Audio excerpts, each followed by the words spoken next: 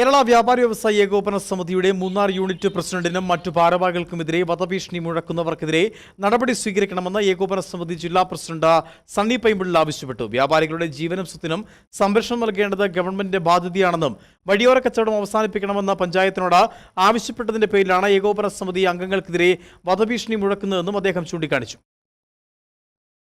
മൂന്നാറിൽ ഇപ്പോൾ വലിയ ട്രാഫിക് പ്രതിസന്ധിയുള്ള ഒരു പ്രദേശമാണ്. പ്രത്യേകിച്ചും ജില്ലയിലെ ഏറ്റവും വലിയ ടൂറിസം മേഖല എന്ന നിലയിൽ വലിയ ട്രാഫിക് പ്രതിസന്ധി മൂന്നാർ മേഖലയിലുണ്ട്.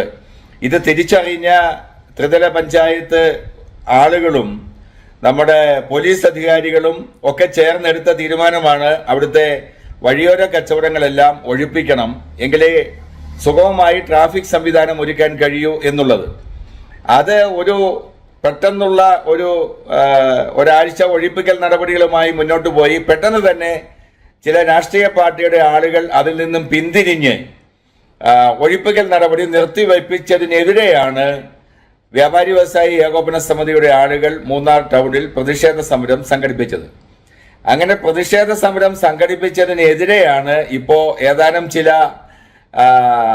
കുൽസിത മാർഗത്തിലൂടെ പണമുണ്ടാക്കണം എന്നാഗ്രഹിക്കുന്ന ചില ആളുകൾ, ഭീഷണിയൊക്കെ വരുന്നത് ബോംബെ വിവിധ പ്രദേശങ്ങളിൽ നിന്നൊക്കെയാണ്. അതിൽ നിന്നൊക്കെ ആളുകളെ തിരിച്ചറിയാൻ പോലീസിന് കഴിയും. അതുകൊണ്ട് നിശ്ചയമായും ഇത്തരം ഭീഷണികൾ ഇറക്കുന്ന ആളുകൾക്കെതിരെ ഗവൺമെന്റും പ്രത്യേകിച്ചും ജില്ലാ പോലീസ് മേധാവിയും ഇടപെട്ട് അടിയന്തരമായി അവരെ കസ്റ്റഡിയിലെടുത്ത് നിയമ നടപടികൾ സ്വീകരിക്കണം എന്നാണ് ഏകോപന സമിതി ഇടുക്കി ജില്ലാ കമ്മിറ്റിയുടെ അഭിപ്രായം. മാത്രമല്ല, ഒഴിപ്പിക്കൽ നടപടി നിർത്തിവയ്പ്പിച്ചതിനെതിരെ ഏകോപന സമിതിയുടെ മൂന്നാർ യൂണിറ്റ് ഹൈക്കോടതിയെ സമീപിച്ച് നിയമപരമായ പോരാട്ടവും നടത്തും.